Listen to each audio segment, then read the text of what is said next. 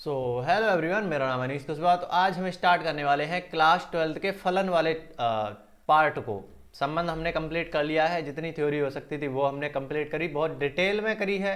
उसके बाद जो पी वाई क्यूज या जो प्रश्नावली के प्रश्न हैं और उदाहरण वगैरह हैं वो भी हमने कंप्लीट कर लिए थे। 6 उदाहरण थे और टोटल इसमें प्रश्न थे। प्रश्नावली 1.1 जो है उसके सारे के सारे सवाल वो हमने कर रखे हैं। अब हम फलन वाले पार्ट पर जा रहे हैं। तो एक फ्लो मैंने तुम्हें शुरुआत में बताया था कि सबसे पहले हम करेंगे समुच्चय का रिवीजन, तो वो करा हमने। उसके बाद हमने संबंध का रिवीजन करा क्लास 11th वाले का, क्लास 11th का। फिर हम आए क्लास पहले करा 11th का, फिर करा 12th का। फिर 12th का कंप्लीट करने के बाद अब हम जा रहे हैं फलन पर। तो फलन में भी सेम चीज़ होगी कि फलन का सबसे पहले तो 11th का रिवीजन होगा, उसके बाद फिर हम 12th के रिवीजन पर जाएंगे। तो इस तरीके से पूरा फ्लो रहेगा। तो आज की जो क्लास होगी उसमें मैं कंप्लीट जो फलन है 11th वाला वो पहले रिवाइज करा दूंगा, पूरी थ्योरी और जो भी ज़रूरत की चीज़ें हैं वो सारे कुछ इस वीडियो में मिल जाएंगी। तब फिर अगली क्लास से हम क्लास 12 को स्टार्ट करेंगे। ठीक है, ये फ्लो समझ में आना चाहिए। तो ये हमारा लेक्चर नंबर 4 होने वाला है और स्टार्ट करते हैं सीधा फलन से। फलन होता क्या है, कहाँ से निकल के आया है, सारी चीज़ें बात करेंगे। फलन जो होता है उसको पढ़ाने के दो तरीके होते हैं। फलन जो होता है उसको पढ़ाने के दो तरीके होते हैं। मैं तुम्हें दोनों तरीकों से समझाने वाला हूँ। पहला तो तरीका होता है, देखो गणित की दो ब्रांच होती हैं अलग अलग। एक होती है लॉजिक, एक होती है एनालिसिस। एनालिसिस तो जब तुम बीएससी वगैरह में जाते हो तब तुम पढ़ते हो इन दोनों को अलग अलग। तो लॉजिक में वही 3 चैप्टर आ जाते हैं, समुच्चय, संबंध, फलन। तो यहाँ से भी फलन निकल के आ रहा है, इस ब्रांच में भी फलन आ रहा है, एनालिसिस में भी फलन निकल के आता है। अंतर क्या होता है वो तुम अभी थोड़ी देर में समझ जाओगे। लेकिन ये जो फलन होता है सबसे पहले हम इस तरीके से पढ़ेंगे फलन को कि ये कहाँ से निकल के आ रहा है। फिर दूसरा तरीका रहेगा कि इस तरीके से किस तरीके से फलन निकल के आ रहा है, वो भी चीज़ देखेंगे। तो दोनों तरीकों से हम देखने वाले हैं फलन को। ठीक है, तो स्टार्ट करते हैं इस वाले से। तो जिस तरीके से हम अभी तक क्या कर रहे थे, हमारे पास कोई दो समुच्चय हुआ करते थे, यही तो फ्लो था। समुच्चय होते थे, फिर दोनों का हम क्रॉस कर देते, यानी कि कार्तीय गुणन आ जाता था। कार्तीय गुणन हमारे पास आ जाता था। कार्तीय गुणन में से फिर हम एक उप समुच्चय निकालते थे जिसको हम संबंध कहते थे। इतना तुमने पढ़ा था। तो कार्तीय गुणन के बाद फिर अगली चीज आती है संबंध। ठीक है, अब जो फलन आ रहा है हमारे पास, कोई नई चीज आ रही है, वो कुछ नई चीज नहीं है, एक संबंध का एक स्पेशल टाइप है। फलन जो होता है वो संबंध ही होता है।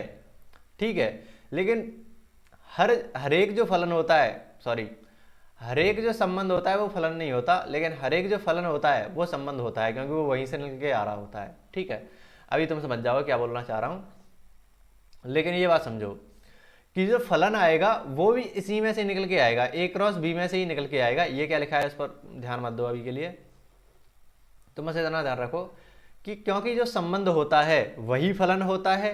संबंध कहाँ से निकल के आ रहा है, ए क्रॉस बी में से निकल के आ रहा है, तो फलन भी ए क्रॉस बी में से ही निकल के आएगा। ए क्रॉस बी का ही उपसमुच्चय होगा फलन, बस वो एक स्पेशल टाइप का होगा। जो संबंध तुम्हारे पास निकल के आ रहा है, अगर वो एक स्पेशल टाइप का है तो उसको हम फंक्शन नाम दे देते हैं, संबंध ही फलन होता है। ठीक है, अब वो स्पेशल टाइप किस तरीके से बनेगा, तो दो कंडीशन हम बनाएंगे। अगर वो दो कंडीशन लग गई किसी संबंध पर तो हम बोल देंगे कि वो फलन होगा। अगर वो कंडीशन नहीं लगी तो हम बोल देंगे वो फलन नहीं होगा, वो जो संबंध है वो फलन नहीं होगा। अब वो दो कंडीशन है क्या, ये बहुत अच्छे से समझना ये चीज़, क्योंकि इसी पर टिका हुआ है पूरा संबंध और फलन। इसी से सारी चीज़ें क्लियर हो जाएंगी, बस तुम्हें कनेक्ट करते हुए दिखाना पड़ेगा बस मुझे बाद में तो। ठीक है, तो पहली कंडीशन आती है कि ए का प्रत्येक अवयव, ए का प्रत्येक अवयव यानी कि ये वाला ए का प्रत्येक अवयव, इसको हम थोड़ी देर ए मान लेते हैं। ए कुछ भी हो सकता है, एक भी हो सकता है, दो भी हो सकता है, और इसके जो अवयव हैं उनको मैं बी मान लेता हूँ। ये दो भी हो सकता है, तीन भी हो सकता है, चार भी हो सकता है। ठीक है, एक जनरल रूप में हमने ए और बी मान लिए। तो ए का प्रत्येक अवयव यानी कि ए आना ही चाहिए। इसका क्या मतलब है, यानी ए का जो अवयव है वो छूट नहीं सकता। मैं इसको ऐसे याद रखता हूँ कि ए का छूट नहीं सकता, बी का छूट सकता है। ये कंडीशन यहाँ से मतलब दो कंडीशन एक तरीके से निकल के आ जाती हैं। इस तरीके से थोड़ा सा याद रखना आसान पड़ता है, इन दोनों को याद रख लो। ए का छूट नहीं सकता, बी का छूट सकता है, इस तरीके से। ठीक है, ए में तो नहीं लगेगा, ऐसे अभी तुम देखना किस तरीके से। तो ये जो ए का अवयव है, 1 और 2, ये छूटने नहीं चाहिए। जैसे अगर मैं इसमें से ये सारे के सारे जो क्रमित युग्म हैं उनमें से मान लो मैं कोई दो क्या कितने भी क्रमित युग्म उठा लूँ, मान लो मैंने 1,2 उठा लिया और 2,4 उठा लिया, इस तरीके से मैंने उठाया है, ठीक है।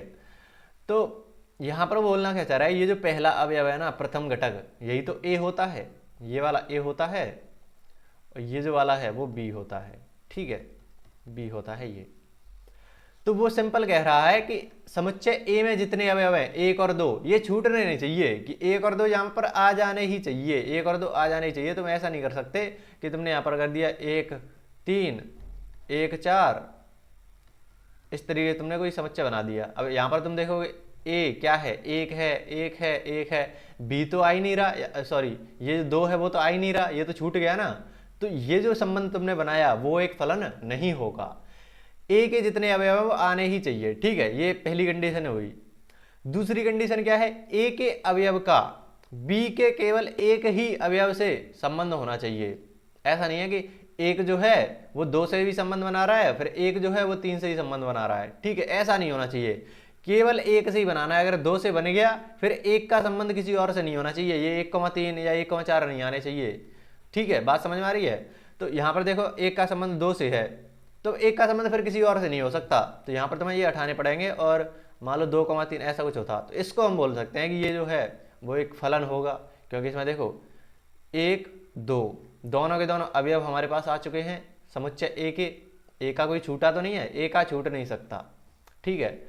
और दूसरी कंडीशन क्या है, ए के अवयव का बी के केवल एक अवयव से कनेक्शन होना चाहिए। तो 1 का 2 से है, फिर 1 का किसी और से नहीं है, 2 का 3 से है, तो 2 का फिर किसी और से नहीं है, तो ये दूसरी कंडीशन है। तो यहाँ से एक तरीके से देखा जाए तो जो प्रथम घटक होता है ए, वो रिपीट नहीं कर सकता कि 1,2 आ गया तो 1 से फिर कोई और नहीं आ सकता, क्योंकि फिर तो उसका संबंध ऐसा हो जाएगा कि 1,2 है, मान लो 1,3 भी आ गया तो 1 का जो संबंध है वो 2 से भी है और 3 से भी है, ऐसा संभव नहीं है, तो ये फलन नहीं होगा, ठीक है। तो ए जो है वो रिपीट नहीं कर सकता, ए जो है कि एक यहाँ पर आ गया एक यहाँ पर भी आ गया, ये रिपीट नहीं कर सकता, ठीक है। बी रिपीट कर सकता है। तो 2 कंडीशन यहाँ से निकल के आ रही, तो या तो तुम इन दोनों को याद कर लो, किताब में यही चीज़ लिखी रहती है, अलग से नहीं दे रखी होती, लेकिन कंडीशन तो यही होती है दो, या फिर तुम इन दोनों को इन चारों को याद कर लो, ये ज़्यादा आसान पड़ती हैं मतलब समझने में। डायरेक्ट तुम सोच सकते हो कि ए का छूट नहीं सकता, बी का छूट सकता है। देखो यहाँ पर देखो 2 और 3 है, 2 और 3 है, 4 छूट गया ना, 4 छूट गया, ठीक है। दूसरी कंडीशन, ए रिपीट नहीं कर सकता, 1 है 2 है, तो ये जो पहला वाला है वो रिपीट नहीं कर सकता, लेकिन बी रिपीट कर सकता है। मैं ऐसा भी कर दूं कि 2 है 2,2 है,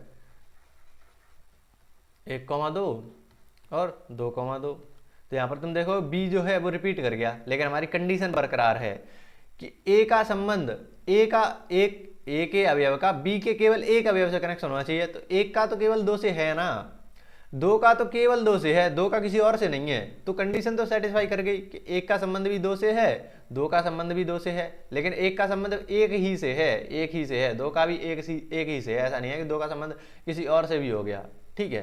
तो बी रिपीट कर सकता है। ये 4 कंडीशन है, ए का छूट नहीं सकता, बी का छूट सकता है, ए रिपीट नहीं कर सकता, बी रिपीट कर सकता है, ठीक है।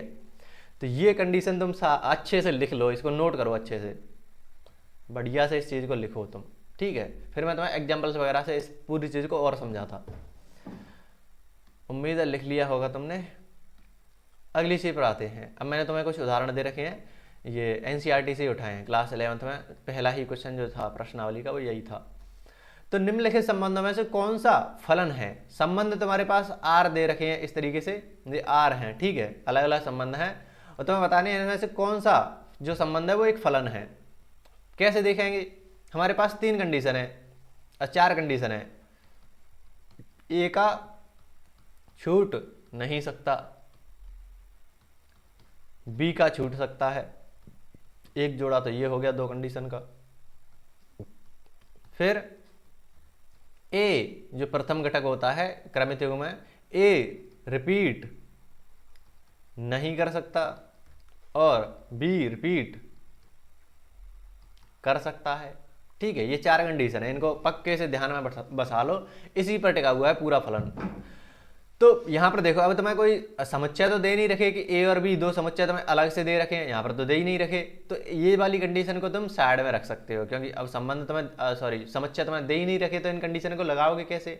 तो इन दोनों का भी साइड में रखो। मेन जो तुम्हारा फोकस रहना चाहिए वो यहाँ पर आ जाना चाहिए कि ए रिपीट नहीं करना चाहिए। ए क्या होता है, ये प्रथम घटक होता है ए, ये जो प्रथम घटक होता है वो ए होता है। चेक करो कि किसमें ए रिपीट कर रहा है, वो फलन नहीं होगा, रिपीट नहीं करना चाहिए। तो ये जो दो देखो, दो जो है वो 2 5 8 11 है, सभी के सभी रिपीट नहीं कर रहा, कोई भी रिपीट नहीं कर रहा। बी रिपीट कर सकता है, उससे हमें कोई दिक्कत नहीं है, बी रिपीट कर सकता है। तो तुम्हें एक तरीके से बी को भी नहीं देखना। मेन जो कंडीशन अभी के लिए निकल के आ रही है वो ये है, मेन कंडीशन तो ये है कि ए रिपीट नहीं करना चाहिए। सिंपल सी बात है, सबसे जो इंपॉर्टेंट चीज़ है वो ये है, ठीक है। ए रिपीट नहीं करना चाहिए, ये देख लो बस सिंपल सा। एक है, दो है, एक है, रिपीट कर गया तो फलन नहीं है। एक है, दो है, तीन है, चार है, रिपीट नहीं कर रहा, तो ये संबंध जो है वो एक फलन है। तो पहला वाला फलन है और ये वाला भी फलन है, लेकिन ये वाला फलन नहीं है, ठीक है। तो इस तरीके से मैंने संबंध होता है वो फलन है या नहीं वो चेक करना है। ये तो हो गया लिखा हुआ तरीका, लेकिन हम इसको एरो डायग्राम से भी देख सकते हैं, तो वो मैं आगे अभी देखेंगे। लेकिन इस तरीके से अगर कुछ लिखा हो तो तुम्हें इस तरीके से चेक करना है कि ए रिपीट नहीं करना चाहिए। सिंपल एक कंडीशन दिमाग में बसा लो। अगला आ जाओ, जैसे इन अगर कोई एरो डायग्राम में दे रखा हो तो किस तरीके से चेक करेंगे, तो निम्नलिखित संबंधों में से कौन सा एक फलन है वो चेक करो, फलन है या नहीं वो चेक करो। पहले वाले को देखो, एक का संबंध 3 से है, दो का संबंध 3 से है, 3 का संबंध 4 से है। यहां पर एक कंडीशन तुम याद रखो, देखो अगर मान लो मैं 1,3 लिखता हूं, इसको अगर मैं लिखूं तो कैसे लिखूंगा, 1,3 लिखूंगा। दो का संबंध किससे है, 3 से है, 2,3 लिखूंगा। 3 का संबंध किससे है, 4 से है। इस तरीके से तुम देखो यहाँ पर क्या ए पहला जो अवयव है वो रिपीट कर रहा है, ए रिपीट कर रहा है, तो बोलो नहीं कर रहा। 1 2 3, तीनों के तीन अलग अलग हैं। तो एक तरीके से तुम देखो ये जो बी है वो यहाँ पर रिपीट कर गया है दोनों में, तो उससे कोई दिक्कत है नहीं, क्योंकि हमारा तो क्या है, एक का कनेक्शन केवल एक से होना चाहिए, दो का कनेक्शन केवल एक से होना चाहिए, ऐसा नहीं होना चाहिए दो का कनेक्शन किसी और से हो गया। अगर इस तरीके का चिन्ह बन गया कि दो पैसे दो तीर निकल रहे हों, तो ये गड़बड़ हो जाएगा। ऐसा नहीं होना चाहिए एक जगह से दो तीर निकल गए, जैसे यहाँ पर हो रहा है कि 3 का कनेक्शन 4 से भी है और फिर 3 का कनेक्शन 5 से भी है, तो ये जो है वो फलन नहीं होगा।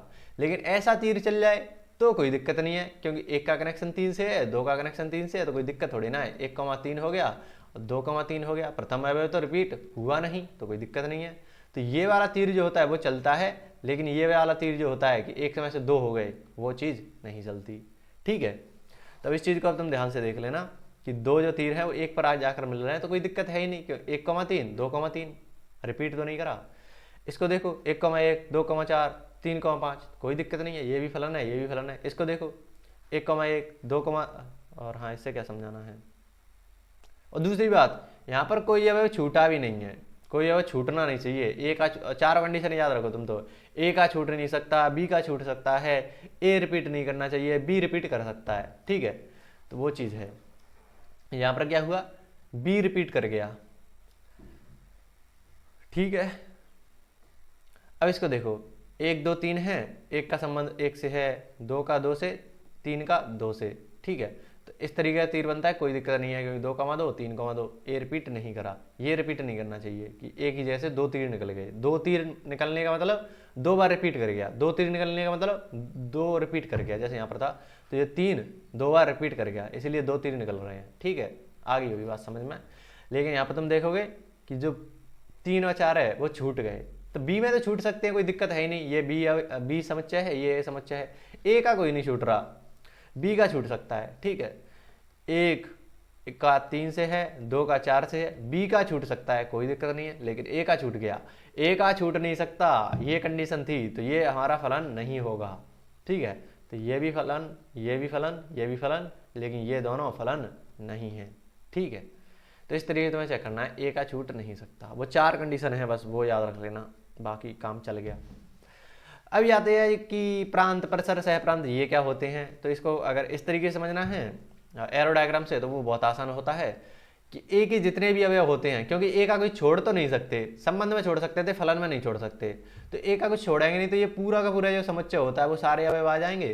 तो समुच्चय ए जो होता है वो पूरा का पूरा हमारा कहलाता है प्रांत, यानी कि डोमेन। डोमेन का मतलब क्या तुम उसमें डाल सकते हो, तो सारी चीजें डाल सकते हो, पूरा का पूरा समुच्चय ए तुम डाल सकते हो, तो प्रांत क्या हो जाता है, पूरा का पूरा समुच्चय ए। ठीक है, ये प्रांत हो जाता है। इसी को हम कहते हैं पूर्व प्रतिबिंब। पूर्व प्रतिबिंब, प्री इमेज। इसका क्या मतलब है, ये जो है एक, उसका प्रतिबिंब यानी कि इमेज यहां पर 3 है, 2 की इमेज भी 3 है, 3 की इमेज यानी प्रतिबिंब 4 है, 4 का प्रतिबिंब 5 है। तो ये तो हो गए प्रतिबिंब, कि यहां से किसका प्रतिबिंब बन रहा है। यहां पर प्रतिबिंब का मतलब समझते हो, ये तुम्हारे पास शीशा रखा हुआ है, तो इसमें तुम क्या देखते हो, अपना प्रतिबिंब देखते हो। ठीक है, अपनी इमेज देखते हो, तो वही चीज यहां पर हो रही है। और तुम क्या हो जाएगा उसके लिए, पूर्व प्रतिबिंब। प्रतिबिंब पूर्व प्रतिबिंब। ठीक है, इस तरीके से ये हो जाता है प्रतिबिंब। और जो प्रतिबिंब आता है वो एक तरीके से आंसर आ रहे होते हैं ना, एक का आंसर किससे आया, 3, 3 का 2 का 3 से, 3 का 4 से, 4 का 5 से, तो ये जो आते हैं उनको हम कहते हैं प्रतिबिंब। इसी को हम कहते हैं परिसर। परिसर यानी कि रेंज, उसकी रेंज कितनी है, वो जो फलन है वो फैला कितना हुआ है, तो ये इन तीनों पर फैला हुआ है। ठीक है, यहाँ पर ये जो 6 है वो छूट गया, छूट सकता है बी में। तो ये समुच्चय बी होता है वो पूरा का पूरा क्या हो जाता है, सहप्रांत हो जाता है। ठीक है, सहप्रांत, प्रांत का साथी। ठीक है, तो ये होता है, जैसे फाउंडर होता है, फाउंडर के साथ क्या आ जाता है, को फाउंडर यानी कि उसका साथी, तो ऐसे ही होता है। समुच्चय ए पूरा का पूरा क्या है, समुच्चय ए जो है वो पूरा का पूरा क्या है, प्रांत है, तो समुच्चय बी क्या हो जाएगा, सहप्रांत हो जाएगा।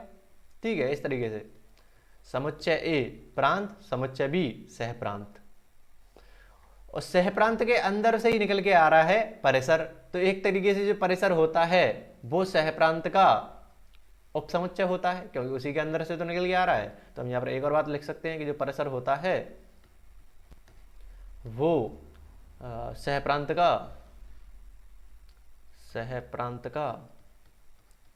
उपसमुच्चय होता है। ठीक है, ये बात तुम्हें समझ में आई होगी। अब इसी चीज को हम उस तरीके से देखते हैं कि कुछ संबंध इस तरीके से लिखा, फलन इस तरीके से लिखा हो। ये तो हमने एरो डायग्राम में देख लिया कि एक एरो डायग्राम होता है, उसमें किस तरीके से संबंध फलन को देखेंगे। लेकिन अब सिंपल लिखा हुआ इस तरीके से रोस्टर रूम में, तो उसको कैसे चेक करेंगे कि क्या फलन है, सॉरी क्या प्रांत है, क्या परिसर है, वो कैसे चेक करेंगे। अब देखो यहाँ पर तुम्हें संबंध सॉरी समुच्चय तो दे नहीं रखे कि ए और बी, तुम्हें 2 समुच्चय दे रखे हो, नहीं दे रखे, तो वो 2 कंडीशन हटा दो। फिर बाकी जो कंडीशन है कि ए रिपीट नहीं कर सकता, बी रिपीट कर सकता है, तो उसमें भी हमारी मेन तो होती है ए रिपीट नहीं करना चाहिए। ठीक है, ऐसा ही तो होता है। तो प्रांत क्या होता है, प्रांत में क्या होता है कि हम बेसिकली कोई अवयव छूट नहीं सकता, ए का छूट नहीं सकता, तो ए के सारे अवयव तुम्हें लेने ही पड़ेंगे। तो एक तरीके से 1 2 3 ये तीनों के तीनों समुच्चय ए से आ रहे होंगे, तो समुच्चय ए को तो तुम आसानी से निकाल सकते हो। ये जो समुच्चय ए होगा वही हमारा प्रांत हो जाता है, कि क्या तुम उसमें डाल रहे हो। इसको इसी तरीके से बनाओगे 1 2 3 2 4 6 इस तरीके से तो बनेगा। तो ये होता है प्रांत, ये होता है सहप्रांत, और इसमें तो सारे कनेक्शन बैठ रहे हैं, तो ये परिसर भी हो जाएगा। ठीक है, इस तरीके से चलना है। तो प्रथम अवयव होंगे वो तो किसके होते हैं, प्रांत से आ रहे होते हैं, और द्वितीय घटक होता है वो एक तरीके से परिसर होता है, रेंज होता है उसकी। ठीक है, तो इसको ऐसे डेफिनेशन बना देते हैं कि प्रथम घटकों का समुच्चय जो होता है वो प्रांत कहलाता है। इसको ऐसे लिखते हैं, domain of function F, domain of function F, इस एफ का जो डोमेन है वो ये आ जाता है, और इसी को हम समुच्चय ए कहेंगे। ठीक है, आ रही बात समझ में। ऐसे द्वितीय घटकों का जो समुच्चय होगा उसको हम परिसर कहते हैं, रेंज कहते हैं। कि आंसर्स क्या है, रेंज का मतलब आंसर क्या आ रहा है, आंसर, आउटपुट क्या आ रहा है, आउटपुट क्या आ रहा है। ठीक है, ये जो डोमेन होता है वो क्या होता है, इनपुट, क्या तुमने उसमें डाला है, आउटपुट क्या होता है, रेंज यानी कि आंसर्स। ठीक है, तो ये रेंज हो गया, range of function F, range of function F. ठीक है, तो इस तरीके से हमें देखना होता है प्रांत, परिसर। और सहप्रांत तो यहाँ पर देख नहीं पाओगे, क्योंकि उसके लिए तुम्हें बी समुच्चय पूरा पूरा चाहिए होगा, क्योंकि बी में छूट सकता है। उसमें तुमने 2 4 6 ले लिए, लेकिन और भी तो हो सकते हैं, 8 10 हो सकते हैं, वो तुमने छोड़ दिए। ठीक है, तो बी नहीं निकाल सकते, हम ए निकाल सकते हैं, ए समुच्चय वही हमारा प्रांत होता है, और हम इसकी रेंज भी निकाल सकते हैं। ये हुआ पहला तरीका कि मैंने तुमने लॉजिक के हिसाब से पढ़ा दिया, ये जो हमने शुरुआत में ब्रांच देखी थी लॉजिक की, लॉजिक में 3 चैप्टर आते हैं मेन, समुच्चय, संबंध, फलन। तो इस तरीके से हमने फलन को देख लिया इस वाली ब्रांच से। तो समुच्चय, संबंध, इन्हीं में से निकल के आता है फलन। ठीक है, अब दूसरा तरीका देखो। मान लो कोई एक रेखाखंड है, एक लाइन सेगमेंट है ए बी, ये एक रेखा का टुकड़ा है। ठीक है, इसकी लंबाई है x। मैं एक और लाइन बनाता हूं, एक रेखाखंड बनाता हूं पी क्यू।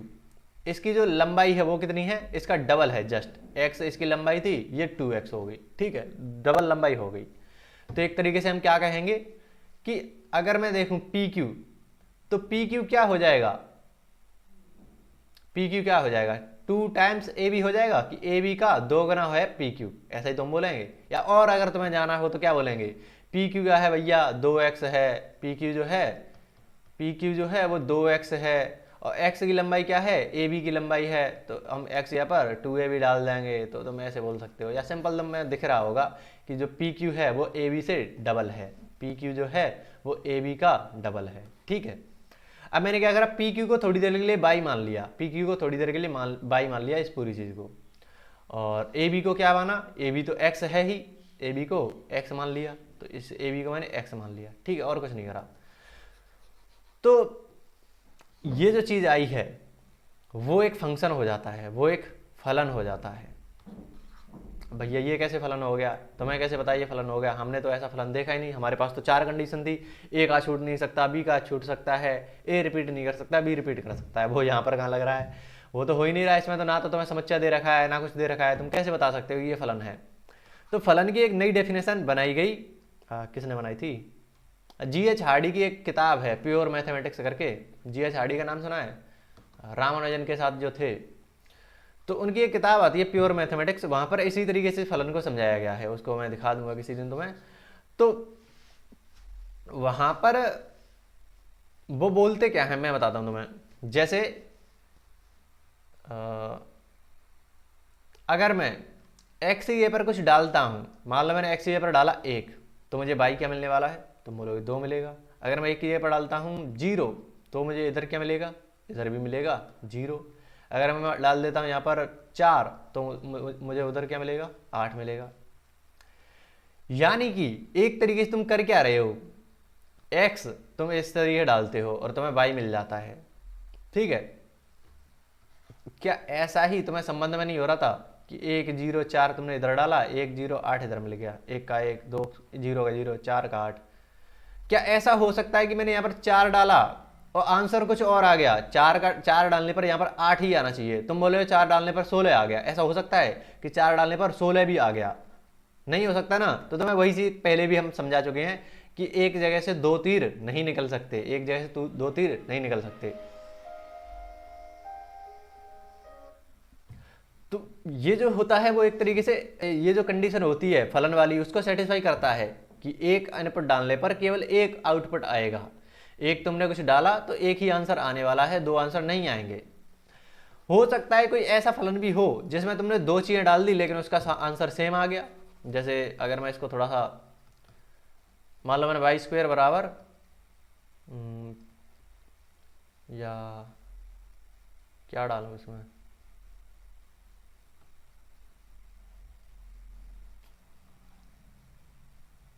कुछ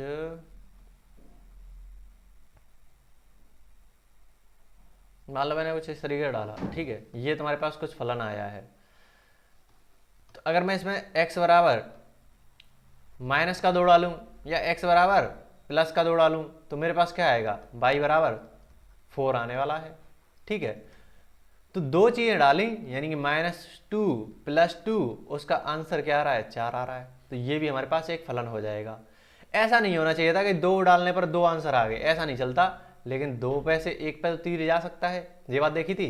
तो इस तरीके ये फलन निकल के आता है। ठीक है, उन्होंने इसको अलग तरीके से समझाया था, इसको उन्होंने देखा था कि ये डिपेंडेंट वेरिएबल हैं, मतलब ये क्या है, चर हैं, ये भी एक चर है, लेकिन ये वाला चर है वो स्वतंत्र नहीं है कि यहां पर कुछ भी आ जाएगा, तुम अपनी मर्जी से कुछ भी रख दो।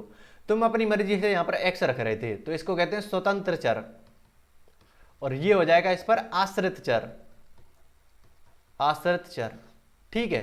तो ये होता है स्वतंत्र चर और ये होता है आश्रित चर। स्वतंत्र क्या होता है, जिसमें तुम अपनी मर्जी से कुछ भी डाल देते हो, 1 2 3 डाल लिया, ये डालने पर तुम्हें फिर y मिलेगा, ये इस पर आश्रित है, ये जो y है वो इस पर आश्रित है x पर। तो इसी तरीके से उन्होंने समझाया था कि ये जो डिपेंडेंसी है वही फलन होता है। इसको हम एक और तरीके से समझ सकते हैं कि जैसे तुम ग्राफ वगैरह पढ़ते हो, तुमने बचपन में ये चीज़ करी होगी कि y बराबर 2x है, इसका ग्राफ बनाओ। तुम्हें ऐसा कुछ दे रखे होते हैं, वो इसको तुम्हें ग्राफ पर प्लॉट करना होता है, ग्राफ पर तुम्हें पॉइंट वगैरह बना कर ग्राफ बनाना होता है।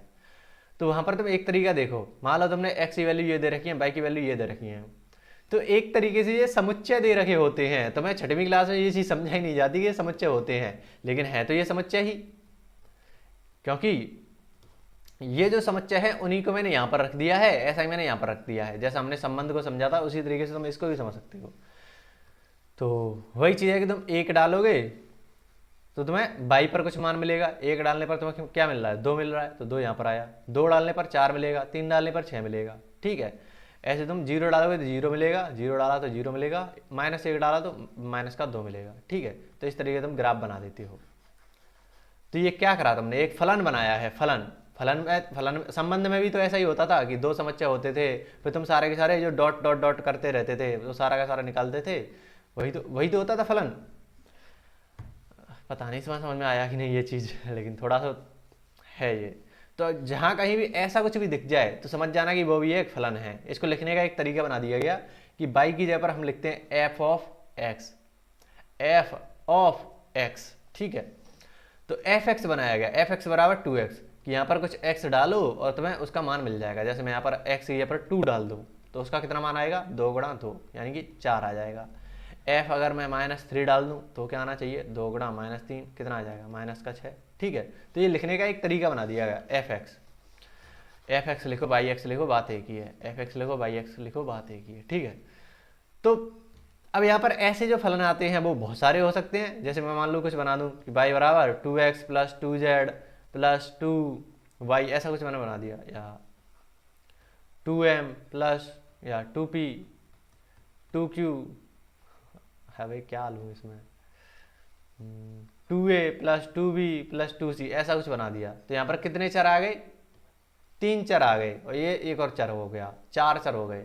तो ये जो तुम्हारे पास एक फलन लिखा हुआ है वो एक क्या है, एक मल्टी वेरिएबल फंक्शन है। ये मैंने क्या बोला, मल्टी वेरिएबल, यानी एक से ज़्यादा वेरिएबल हैं, चर हैं, एक से ज़्यादा चर हैं, तो वो क्या कहेंगे, मल्टी वेरिएबल है। तो ये हमारे सिलेबस में ऐसा नहीं होता, हमारे सिलेबस में केवल एक होता है, सिंगल। और दूसरी चीज़, उसका जो आंसर आएगा वो केवल एक होना चाहिए, सिंगल। पहली चीज़ तो सिंगल वेरिएबल होना चाहिए, यानी कि ऐसा कुछ हो सकता है कि y बराबर 2x, एक ही चर आना चाहिए, सिंगल वेरिएबल होना चाहिए, सिंगल वेरिएबल। लेकिन सिंगल वेरिएबल में भी फिर 2 चीज़ें हो जाती हैं। चलो मैं इसको अगले पेज पर ढंग से समझाता, इस चीज़ को तुम्हें अच्छे से समझ में आएगा। जैसे 2 चीज़ें होती हैं, सबसे पहले हमारे पास कुछ ऐसा आ सकता है कि y बराबर 2a + 3b + c, ऐसा कुछ दे दिया। तो ये क्या है, मल्टी वेरिएबल है, मल्टी वेरिएबल। इंग्लिश ज़्यादा हैवी इस्तेमाल नहीं करूँगा, मैं ज़्यादा इस्तेमाल नहीं करूँगा, बस तुम समझ जाना, वेरिएबल का मतलब होता है चर। तो जब एक से ज़्यादा चर हों, तो अगर वैसा कुछ फलन हो तो वो हमारे सिलेबस में नहीं है, सिलेबस में ही नहीं है ये चीज़, सिलेबस में ये चीज़ नहीं है, ठीक है। अब फिर आएगा हमारे पास y बराबर मान लो 2x मान लिया, 2a या 2x मान लिया, तो इसमें क्या है, अब यहाँ पर सिंगल वेरिएबल आ गया, सिंगल वेरिएबल मतलब एक ही चर है, एक ही चर है तुम्हारे पास, एक चर, सिंगल वेरिएबल फंक्शन, ठीक है, एक चर फलन, ऐसा कुछ तुम, सिंगल वेरिएबल फलन। अब इसमें भी 2 चीज़ें हो सकती हैं कि इसका ऐसा हो जाए कि तुमने x कुछ डाला और y के 2 मान निकल आए, तो यानी कि क्या बोलेंगे इसको, मल्टी वैल्यूड आ गया, ये मल्टी वैल्यूड, कि एक से ज़्यादा वैल्यूज आ रही हैं, वैल्यूज का मतलब आंसर, वैल्यू, तो एक से ज़्यादा वैल्यू आ रही है तो उसको भी हम फलन नहीं मानते, हमारे सिलेबस में वो चीज़ है ही नहीं। हमारे में केवल ऐसा हो सकता है कि सिंगल वैल्यू आनी चाहिए, अगर मैंने 2 डाला है तो उसका केवल एक ही कोई आंसर आना चाहिए 5, अब 2 का कोई और नहीं आना चाहिए। ऐसा हो सकता है कि 3 का भी 5 आ गया, लेकिन वो हम अलग से ऐसे लिख देंगे कि 3 का अलग है, 2 का अलग है। ऐसा नहीं हो रहा कि 2 के ही 2 आंसर आ गए, मल्टी वैल्यूड नहीं आना चाहिए। तो ये जो होता है सिंगल वेरिएबल, उसमें भी 2 चीज़ें बनती है, एक तो होता है मल्टी वैल्यूड। अब इसके हिंदी में मुझे ज़्यादा शब्द पता नहीं है सही बताऊँ तो, इसलिए इंग्लिश में ही थोड़ा समझने का ट्राई करना। दूसरा होता है सिंगल वैल्यूड, तो मैं समझ में आ जाएगा इंग्लिश में भी, सिंगल वैल्यूड। तो अगर कोई फंक्शन है वो सिंगल वैल्यूड है, उसी को हमारे सिलेबस में माना गया है फलन, कि वही हमारे लिए फलन होगा कि उसकी सिंगल वैल्यू आना चाहिए, सिंगल आंसर आना चाहिए, एक से ज़्यादा उत्तर नहीं आना चाहिए, सिंगल आंसर, यानी कि सिंगल वैल्यूड का मतलब सिंगल आउटपुट, यानी कि एक इनपुट के लिए केवल एक ही आउटपुट आना चाहिए। ठीक है, आंसर एक ही आना चाहिए, एक से ज़्यादा आंसर नहीं होना चाहिए। तो वैसा जो फलन होता है उसको हम कहते हैं फलन। सिंगल वैल्यूड फंक्शन ही हमारे सिलेबस में है, तो इसी को हमें पढ़ना है। इसको तुम अभी समझ जाओगे कुछ ही देर में। तो जैसे यहाँ पर मैंने लिख भी रखा है कि सिंगल वैल्यूड का मतलब एक मान फलन, जिसका केवल एक मान आए, मान का मतलब एक ही आंसर आए, एक ही वैल्यू आए, तो उसको हम फलन कहते हैं। जैसे तुम समझ गए वही चीज़ की, वो जो कंडीशन है वही बस दूसरे तरीके से समझाई जा रही है कि ऐसा नहीं हो सकता लेकिन ऐसा हो सकता है, वही कंडीशन यहाँ पर समझाई गई है। ए रिपीट नहीं कर सकता, बी का छूट सकता है, ए का छूट नहीं सकता, बी रिपीट कर सकता है। तो वो जो कंडीशन थी 4, उन्हीं को इस तरीके से समझाया जाता है। तो ये ग्राफ भी तुम्हें थोड़ा बहुत समझ में आया होगा। अब जब फलन होता है उसको देख किस तरीके से सकते हैं, विजुअलाइज कैसे कर सकते हैं, वो अब देखना हो तुम। इसको विजुअलाइज करने के समझने के 3 तरीके होते हैं। जैसे कोई फलन लिखा रहता है, वो इस तरीके से लिखा रहता है 1 2 2 4 3 6, इस तरीके से मान लो फलन लिखा हुआ है। तो एक तरीके का फलन तो ये होता है। दूसरा फलन हमारे पास अब नए तरीके आ चुके हैं, एफ एक्स बराबर मान लो 2x आ गया। तो ये जो चीज़ है और ये जो चीज़ है वो समान है। किस तरीके समान है?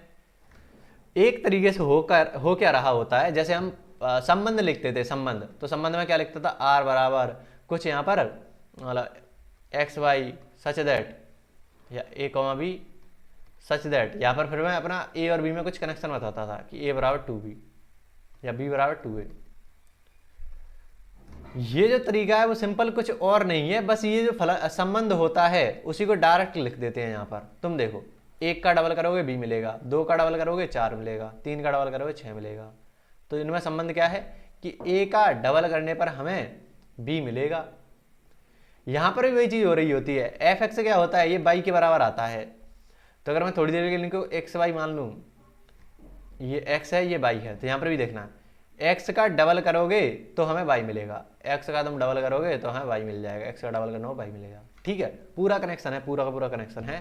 तो ये कुछ और नहीं है, ये जो चीज़ लिखी हुई है, ये जो चीज़ लिखी हुई है वो बात एक ही है। ठीक है, तो इनको देखने का क्या तरीका है, ये तो तुमने कुछ अक्षरों में लिख दिया है, कुछ नंबर्स में लिख दिया है, गणितीय भाषा में लिखा हुआ है। इसको देखने पर सुंदर सी चीज़ क्या मिलेगी, उसको समझने के लिए तुम्हारे पास 3 तरीके आते हैं। पहला है तुम एक मशीन की तरह से समझ सकते हो, दूसरा तीर आरेख से समझ सकते हो। तीर आरेख तो तुमने समझ ही लिया किस तरीके दिखता है। फिर आता है ग्राफ। एक्चुअल जो मेथड है फलन को देखने का वो होता है ग्राफ। तो ग्राफ की तो अच्छे से हमें पढ़ाई करनी है। ये जो मशीन है वो एक आता है सस्ता तरीका है, एक तरीके से ये एक सस्ता तरीका है, और ये है एक्चुअल तरीका ग्राफ। तो ग्राफ पर बाद में जाएंगे, लेकिन पहले थोड़ा समझते हैं मशीन के माध्यम से कि मशीन के माध्यम से तुम फलन को कैसे समझ सकते हो। बहुत ही इंटरेस्टिंग है। तीर आरेख हमने समझ रखा है, ये वाली जो चीज़ करी थी हमने अभी थोड़ी देर पहले कि ऐसा हो सकता है, ऐसा नहीं हो सकता, वो जो चीज़ें थी वो तीर आरेख में हो गई। ठीक है, तो इस तरीके तुम देख पा रहे थे फलन को। मशीन वाली एनालॉजी से अगर तुम समझो तो कुछ इस तरीके से, मान लो कोई मशीन है, ये एक मशीन है, इसमें एक फंक्शन रखा हुआ है y बराबर 2x। ठीक है, अब इसमें तुम कुछ डालते हो, वो होता है इनपुट। क्या तुमने डाला, इनपुट को ही हम कहते हैं x, इसी को हम कहते हैं डोमेन। ठीक है, तो अगर तुम्हें कभी डोमेन की बात करी जाए तो तुम सीधी सी दिमाग में आना चाहिए कि x निकालो। जब तुम्हें डोमेन निकालने को कहा जाता है तो वो एक तरीके तुम्हें x निकालने को कहते हैं। ठीक है, वही इनपुट होता है। इसमें इस मशीन में कुछ कुछ उसके साथ होगा, उसके बाद एक आउटपुट निकल के आएगा तुम्हारे सामने। आउटपुट यानी कि कुछ आउटपुट को ही हम कहते हैं बाई का मान निकल के आएगा। आउटपुट यानी कि बाई का मान निकल के आएगा। उसी को हम कहते हैं रेंज। ठीक है, ये रेंज क्या है, तो डोमेन रेंज ये होते हैं। रेंज की बात करी जाए तो वो बाई होता है, ठीक है, डोमेन की बात करी जाए तो वो बाई होता है। डोमेन बोलो या डोमेन ही एक्स होता है, एक्स की वैल्यू जो आ रही है, रेंज होता है।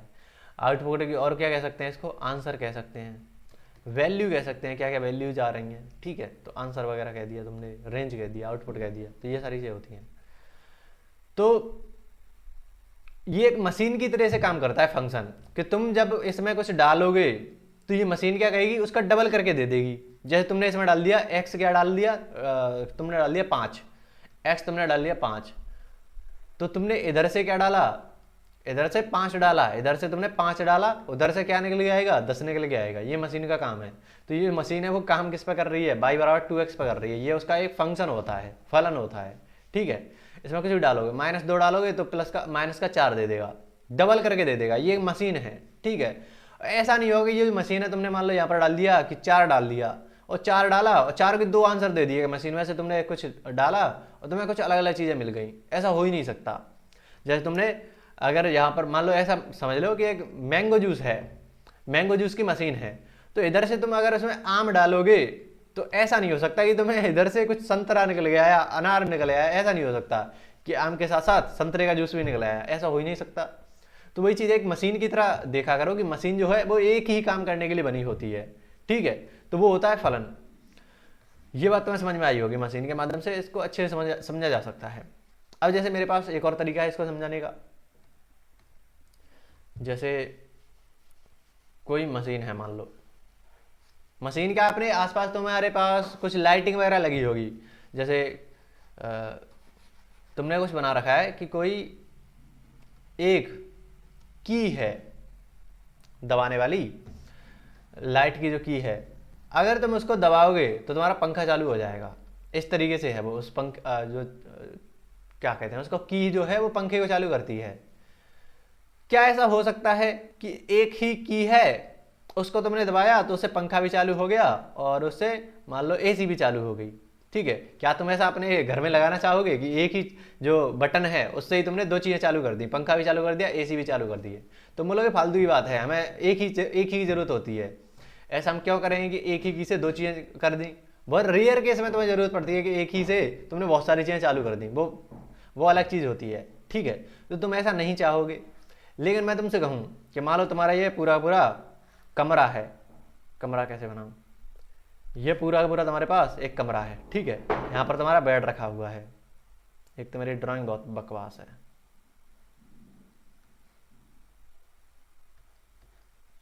समझ जाओ बस। ये तुम्हारे पास बेड रखा हुआ है, इस पर तुम पड़े हुए हो गधों की तरह। तो यहाँ पर तुम्हारा मान लो एक बोर्ड लगा हुआ है, ठीक है। तो यहाँ पर एक की लगी हुई है, एक की यहाँ पर है, मेन जो बोर्ड है, एक यहाँ पर बोर्ड है, ठीक है। तो यहाँ पर बहुत सारी की लगी हुई है पूरे लाइट की। ये एसी की है, ये पंखे की है, ठीक है। और भी हो सकते हैं, ये लाइट जलाने की है, तो ये मान लो किसी बल्ब की है। मेन जो है वो जो यहाँ पर बोर्ड है। लेकिन तुमने, क्योंकि तुम बहुत ही ज़्यादा गधे टाइप के इंसान है, आलसी इंसान थे, तुमने क्या करा, तुम जहाँ पर सोते थे वहाँ पर भी एक लगवा ली की। तो ये जो की वन है, यहाँ पर मान लो इसको की, पहली बटन है उसको मान लेते हैं, कोई बटन है की वन, उससे भी तुम पंखा चालू कर सकते हो। और यहाँ पर तुम यहाँ पर पड़े पड़े ही की 2 से भी पंखा चालू कर सकते हो। क्या ऐसा तुम करते हो? डेली रोजमर्रा की चीज़ों में भी तुम ऐसा इस्तेमाल कर सकते हो, तो उससे कोई दिक्कत तो है नहीं। तुम्हें ऐसा नहीं है कि ये वाली बटन दबाई तो 2 चीज़ें चालू होगी, ऐसा नहीं हो रहा कि एक ही बटन से 2 चीज़ें चालू हो गई, ये फलन नहीं होगा। लेकिन ये चीज़ हो सकती है कि 2 की हैं, वो एक ही चीज़ का काम कर रही होंगे। वहाँ पर भी अगर बटन दबाओ तो वो भी पंखा चालू करे, और अगर मैं यहाँ पर आके दबाऊँ तो वो भी पंखा चालू हो जाए, ठीक है। तो ऐसा तुम कर सकते हो। तो ये जो चीज़ है वो कर सकते हैं काम, लेकिन ये वाली चीज़ हम नहीं कर सकते। तो इसको हम फलन नहीं कहेंगे, इसको हम फलन कहेंगे, ठीक है। तो ये चीज़ है कि की वन अगर तुमने दबाई तो उसका केवल एक ही आंसर आ रहा है पंखा, की 2 अगर तुमने दबाई तो उसका एक ही आंसर आ रहा है पंखा। तो ये है मशीन वाली की तरह तुम समझ सकते हो कि इसमें अगर तुमने कुछ इनपुट डाला है, इनपुट क्या होता है, डोमेन होता है, यानी कि प्रांत होता है। आउटपुट क्या होता है, रेंज होता है। आउटपुट जो होता है वो रेंज होता है, यानी कि परिसर होता है, ठीक है। यहाँ पर कोई तुम्हारे पास फलन दे रखा होगा y बराबर 2x या कुछ भी। तो यहां पर एक ही लाइन लिख सकते हैं कि एक इनपुट पर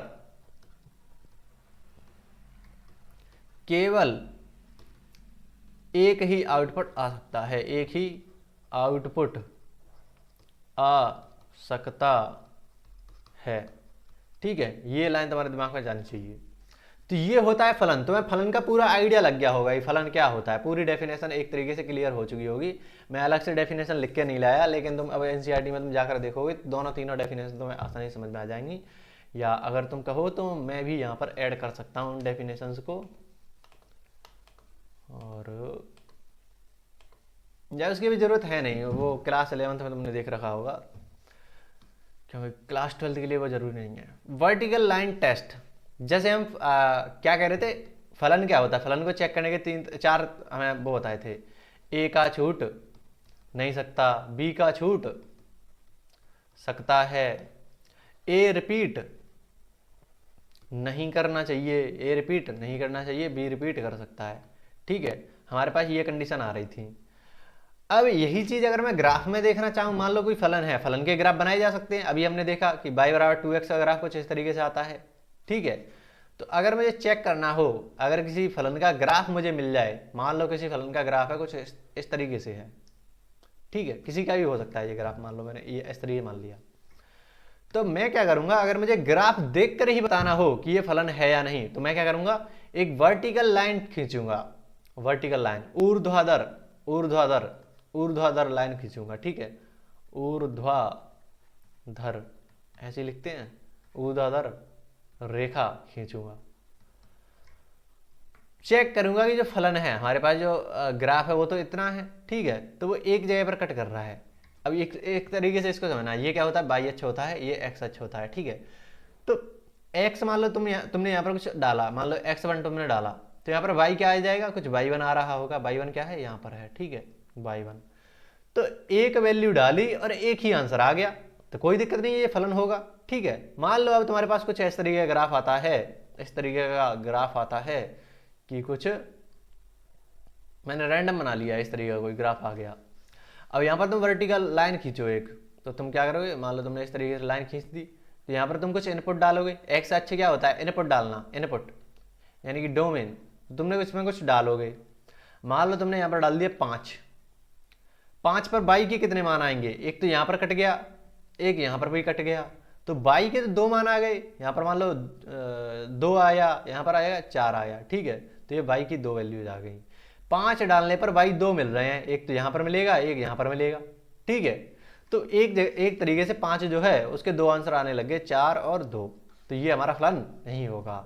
तो इसी से हमने एक नियम बना दिया कि वर्टिकल लाइन टेस्ट, हमने एक लाइन टेस्ट बना दिया कि अगर तुम एक खड़ी रेखा खींचोगे किसी ग्राफ में, अगर वो एक जगह पर कट कर रहा है तो वो फलन होगा। अगर वो एक से ज्यादा जगह कट कर गया, जैसे 2 जगह कट कर गया, तो वो फलन नहीं होगा। ठीक है, तो ये वर्टिकल लाइन टेस्ट होता है कि तुम इस तरीके से चेक कर सकते हो। अब आगे बढ़ जाओ, ये चीज आती है। अब मान लो कोई फलन है, उसका मैं जो प्रांत होता है वो तो कोई नॉर्मल कोई समस्या ए ले लेता हूं, लेकिन जो सहप्रांत होता है, सहप्रांत होता है, उसको मैं ले लेता हूं वास्तविक संख्याओं का समुच्चय। एक तरीके से ये हो गया ए, 1 2 3 4, ऐसा मान लो फिक्स कोई अवयव होंगे ए में, तो लेकिन जो आर है उसमें तो अनंत अवयव हैं, अनंत माइनस अनंत से लेकर प्लस अनंत तक जितने भी अवयव हो सकते हैं वो सारे सारे इसमें आ जाएंगे।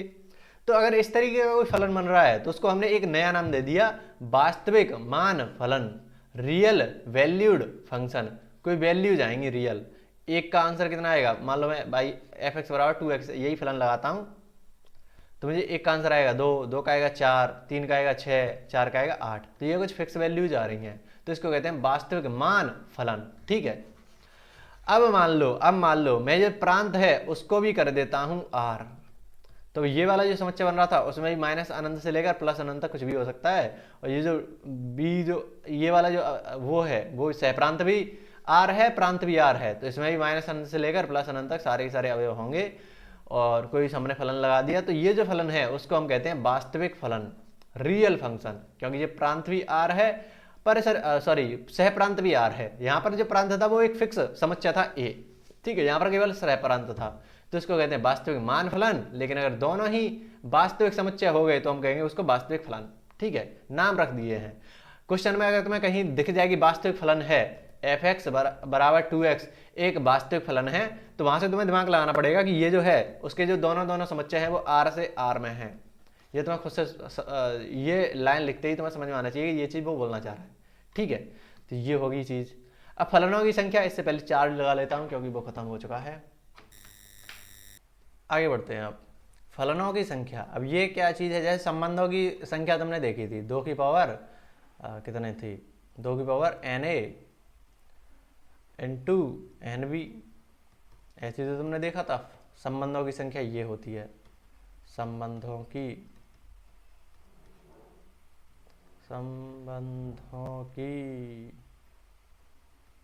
अरे कैसे लिख रहा हूँ मैं, संबंधों की संख्या तुमने देखी थी इस तरीके से। ठीक है, अब फलनों के केस में हमारी वो 2 कंडीशन काम करेंगी, उसके हिसाब से फिर हमें फलनों की संख्या ज्ञात करनी होगी। तो किस तरीके से देखेंगे, देखो जैसे मान लो कुछ देर के लिए मान लो 1 2 3 4 5 6 ऐसे मान लिया तुमने, और इधर कुछ मान लिया कि या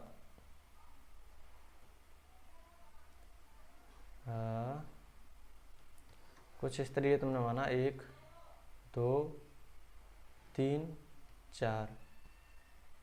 ठीक है, कुछ इस तरीके तुमने मान लिया है और कुछ नहीं है। अब तुम क्या करोगे, ये जो 1 है वो किस किस से संबंध बना सकता है, उसका कनेक्शन 1 से हो सकता है, उसका कनेक्शन 2 से भी हो सकता है। अब ऐसा मत समझ लेना कि ये दोनों एक साथ हो रहे हैं, कि एक का संबंध 1 से भी और एक का एक से भी, 2 से भी। इस तरह की बात नहीं बोल रहा हूँ, मैं बोल रहा हूँ कि इसमें से तुम्हें एक संभावना देखनी है कि कितने कनेक्शन बन सकते हैं। एक जो है वो 1 से भी कनेक्शन बना सकता है, या जो एक है वो 2 से भी कनेक्शन बना सकता है। इसमें से कोई एक चीज होगी। ठीक है, मैं सारी चीज़ों को नहीं ले रहा हूँ। या एक जो है वो 3 से कनेक्शन बना सकता है, या फिर 4 से कनेक्शन बना सकता है। ठीक है, ऐसा ही तो कुछ होगा। तो टोटल जो कनेक्शन है वो कितने आके निकल के आ रहे हैं, 4 आ रहे हैं। फिर तुम देखो ये जो 2 है वो कितने कनेक्शन बना सकता है, तुम बोलोगे जो 2 है वो 1 से बना सकता है, 2 से बना सकता है, 3 से बना सकता है, 4 से बना सकता है। तो 4 संभावना इसमें है कि 4 ये भी बनाएगा। फिर ऐसे तुम और देखो, ये जो 3 है वो कैसे बनाएगा, 1 2 3 4, ये 4 कनेक्शन ये भी बना सकता है। ऐसे ही हर जो है, हर एक जो एलिमेंट है वो 4 बनाएगा, और किसी को छोड़ना भी नहीं है। 5 किसके साथ बनाएगा, इन चारों के साथ वो भी बनाएगा। तो इस तरीके से 4 जो है वो क्या कर रहा है, कितनी बार लिखा हुआ है, सॉरी ये प्लस मैंने गलत लगाया। परम्यूटेशन कॉम्बिनेशन से काम चीज़ें चलती हैं। मैं एक बार फिर से समझाने का ट्राई करता हूँ। ठीक है, मैं एक बार फिर से समझाने का ट्राई करता हूँ, तो मैं उससे तुम्हें बात क्लियर हो जाएगी। जैसे हमारे पास 2 समुच्चय हैं ए और बी, ए और बी 2 समुच्चय हैं। ठीक है, इसमें 1 2 3 4 5 मान लो, इतना ले लिया, और यहाँ पर है 1 2 3 4, ऐसा कुछ मैंने ले लिया है। ठीक है, अब तुम देखना ये जो 1 है उसका कनेक्शन किससे हो सकता है, 1 से हो सकता है, या इससे हो सकता है। तो देखो ऐसे करते हैं, 1 का कनेक्शन होगा वो या तो 1 से होगा या इस वाले से होगा। तो 2 तरीके बन गए। या लगाने का मतलब, या का मतलब होता है प्लस, अगर किसी ने परम्यूटेशन कॉम्बिनेशन पढ़ रखा हो तो 11th में। अगर फिर लगा हो तो हम कहते हैं गुणा। थोड़ा समझना, अभी तुम समझ जाओ पूरी चीज। तो या तो 1,1 हो सकता है, या 1,2 हो सकता है। तो 2 संभावना तो यहाँ से आ गई। या 1,3 हो सकता है, तो एक और संभावना, एक और रास्ता आ गया। या 1,4 आ सकता है, तो ये एक और रास्ता आ गया। टोटल कितने हो गए, 4 हो गए। फिर इनमें से तुमने कोई एक लिया, फिर तुम 2 पर आओगे, तो 4 तो पहले आ गया। फिर अब 4 ही संभावना यहाँ से बनेगी कि 2,1 हो सकता है, 2,2 हो सकता है, या 2,3 हो सकता है, या 2,4 हो सकता है। तो वैसे फिर से वही संभावना बन के 4 फिर से आ जाएगा। 4 फिर तुम 3 पे जाओगे, तो फिर वहां से फिर से संभावना कि 4 रास्ते फिर से आएंगे, फिर 4 रास्ते फिर से आएंगे, फिर 4 रास्ते आएंगे, तो फिर से 4 रास्ते। ठीक है, किस तरीके से कराया, समझ में आया। तो फिर का मतलब होता है गुणा करना, तो 4 गुणा 4 गुणा 4 गुणा 4 गुणा और ये लास्ट वाला 4, ये मैंने पाँचों के पाँचों मैंने यहाँ पर लिख लिए हैं। ठीक है, इस चीज़ को मैं क्या लिख सकता हूँ, 4 जो है वो 5 बार गुणा में लिखा हुआ है, तो 4 की घात 5, ऐसे तो मैं बोलूँगा। अब तुम ध्यान से देखो, अब तुम ध्यान से देखो, तुम पाओगे इसमें कितने अवयव हैं टोटल, तुम बोलोगे 4 हैं, 1 2 3 4, 4 अवयव हैं total. N B, number of element in set B, N B कितना है, एन ए कितना है कि समुच्चय ए में अवयवों की संख्या कितनी है, तो ये 5 अवयव हैं इसमें, तो एन ए तो हो गया 5, एन बी कितना हो गया, एन बी हो गया 4, 4 अवयव इसमें है, 1 2 3 4। ठीक है, तो यहाँ पर तुम देखो तो ये 4 है, उसकी जगह पर मैं क्या लिख सकता हूँ, एन की एन बी, तो मैंने एन बी लिख दिया, उसकी पावर हो रही है एन ए। ठीक है, तो ये फार्मूला निकल के आ जाता है इस तरीके से कि बी में जितने अवयव हैं उस पर पावर लगा दो ए में जितने अवयव हैं। किस तरीके से, अगर मैं एग्जांपल दूं तुम्हें, तो जैसे कोई समुच्चय ए है, उसमें अवयव हैं 1 3 5 7, इस तरीके से मान लो। बी समुच्चय है, उसमें A B C D E F मान लो, इस तरीके से है।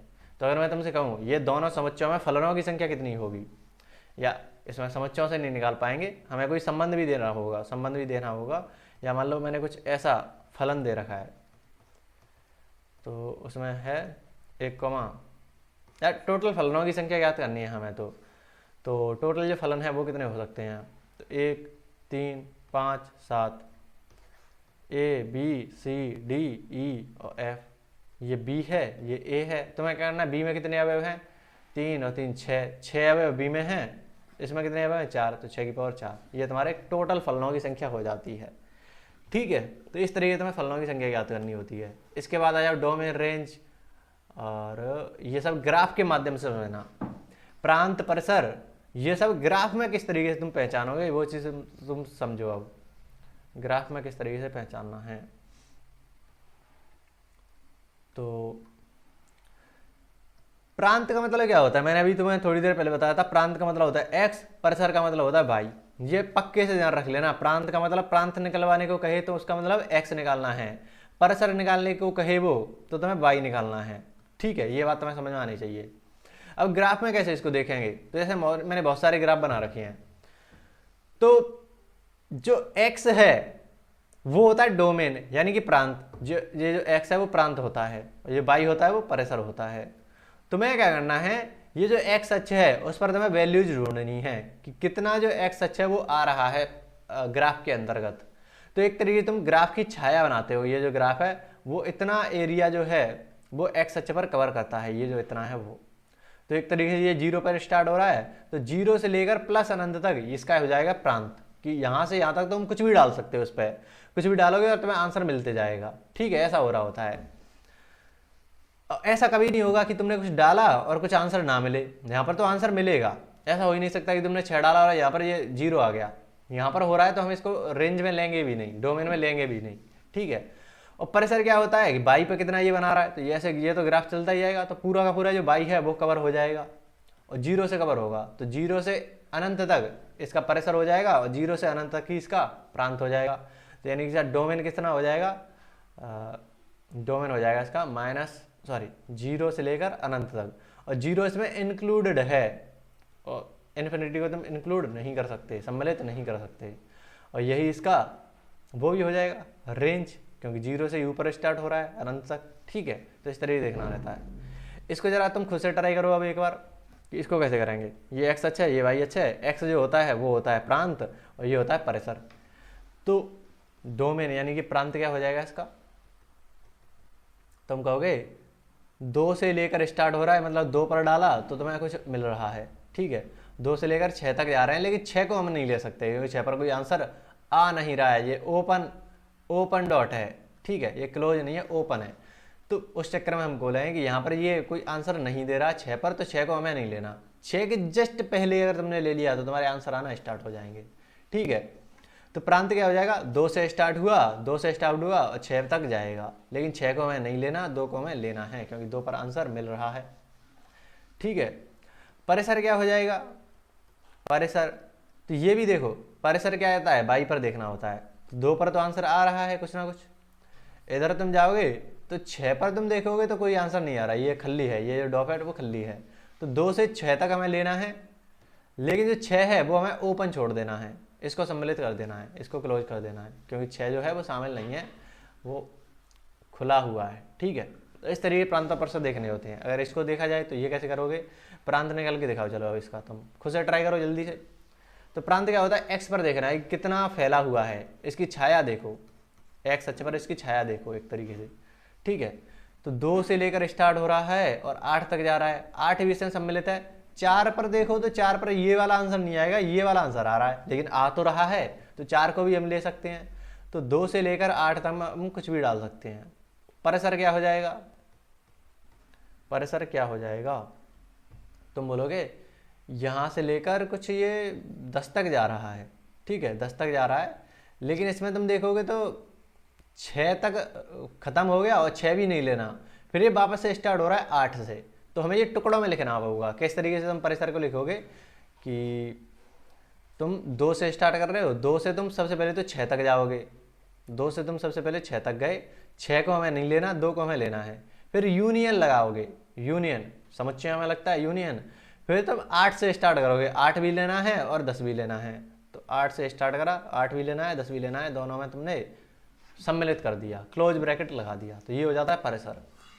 इसका ट्राई करो जरा एक बार, किस तरीके से करोगे, इसका परिसर प्रांत निकालो। तुम बोलोगे प्रांत होगा इसका, ये जो पूरा ग्राफ है वो तो यहाँ से पूरा फैला ही हुआ है, ये तो अनंत तक जाएगा इस तरीके से। तो माइनस अनंत से लेकर ये तो पूरा पूरा यहाँ तक ग्राफ आया, और ये 3 पर भी तुम्हें आंसर मिल रहा है, 4 पर भी, 5 पर आकर तुम्हें आंसर मिल रहा है, 5 पर भी आंसर मिल रहा है। तो प्रांत तो हो जाएगा माइनस अनंत से लेकर 5 तक, 5 पर लगा दोगे क्लोज ब्रैकेट, इन्फिनिटी पर लगा दोगे ओपन ब्रैकेट। ठीक है, ये तो हो गया प्रांत। परिसर देखो कि बाई में कितना ऊपर जाएगा। तो एक चीज समझो, एक चीज समझो तुम, जैसे मैं कोई ग्राफ बनाता हूं, ठीक है, तो अगर कुछ ग्राफ ऐसा हो रहा हो कि मान लो कुछ ग्राफ है इस तरीके से, इस तरीके ग्राफ जा रहा है, तो ये एक्स अक्ष है और ये जो ग्राफ है वो इस तरीके से बस टच नहीं कर रहा, उसके साथ साथ चलता जा रहा है, चलता जा रहा है, चलता जा रहा है, कभी ये टच नहीं करता।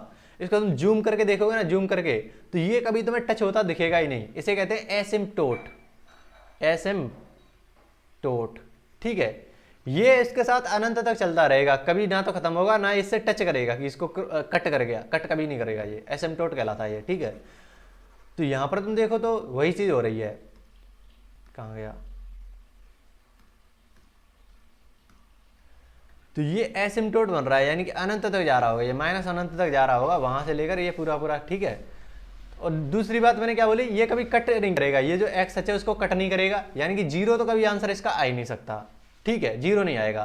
तो हम जो परिसर लिखने वाले हैं उसमें जीरो को छोड़ दो, बाकी फिर ऊपर का आने लग जाएगा। तो जीरो को छोड़ा तो जस्ट ऊपर तक, ये कहां तक जा रहा है, 4 तक जा रहा है।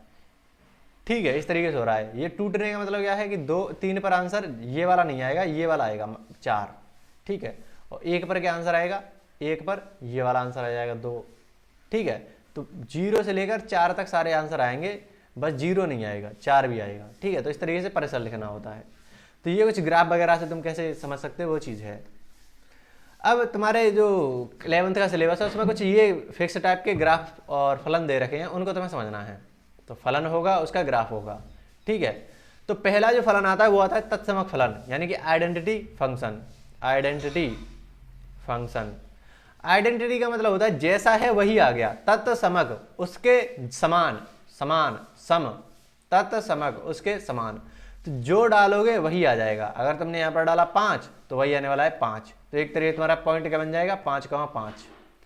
तुमने यहाँ पर डाला 0 तो यहाँ पर क्या आएगा 0, तो बाई का मतलब 0 डाला 0 आया। ठीक है, 1 डालोगे 1 आएगा, तो 1,1। 2 डालोगे 2 आएगा, 3 डालोगे 3 आएगा। ठीक है, ऐसा हो रहा है।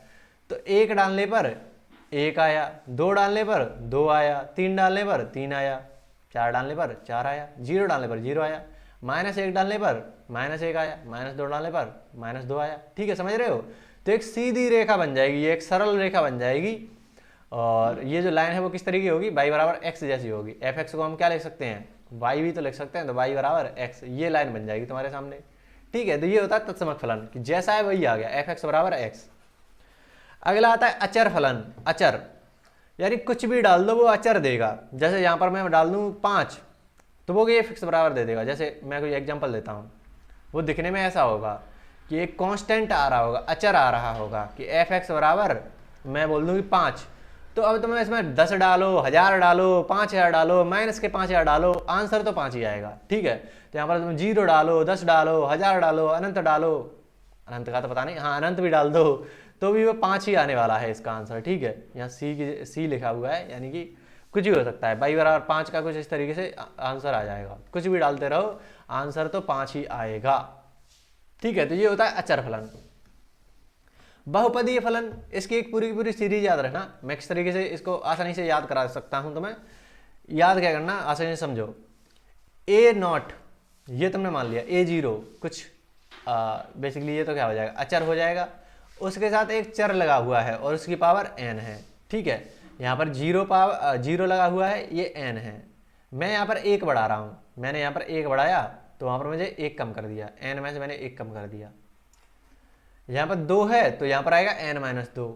ठीक है, चल क्या रहा है, यहाँ पर जो 2 आ रहा है उसी को n में से घटा देते हैं यहाँ पर। तो ऐसे मान लो यहाँ पर लास्ट में फिर आएगा n माइनस 1, यहाँ पर ऐसी तो आएगा 0 1 2 3 4 5 6 7 8, तो एक लास्ट में n आएगा, n से पहले n माइनस 1 आएगा। तो यहाँ पर क्या आना चाहिए था, n माइनस ये पूरी चीज़ होती है वो घटाते हैं, n तो आता ही है, उसमें से ये वाली चीज़ घटा देते हैं। तो इसमें से ये वाली चीज़ घटाओ, क्या आ जाएगा, n से n हट जाएगा और माइनस माइनस प्लस का 1 आ जाएगा, तो x की पावर 1 हो गया। ठीक है, समझ रहे हो। तो n है, n माइनस 1 हुआ, n माइनस 2 हुआ, ऐसे n घटती घटती 1 हुई, फिर n 0 हो गई, x की पावर 0 हो गया। ठीक है, और यहाँ पर तुम देखोगे तो n में से n चला गया तब 0 आएगा। तो इस तरीके पूरी सीरीज याद रखनी है तुम्हें, और यहीं से सारी चीज़ें निकल के आते हैं जितने भी। यहाँ से देखो, पहली चीज़ तो ये अचर फलन, पिछली वाले जो यहाँ पर जो निकल गया है अचर फलन, वो यहीं से निकल के आ रहा है कि अगर मैं ये जो n है उसको 0 कर दूँ तो क्या मिलने वाला है मुझे, पी एक्स बराबर, ये सारी चीज़ें तो हट ही जाएंगी क्योंकि ये एक कंडीशन होती है। चलो मैं पहले बता देता हूँ उसको।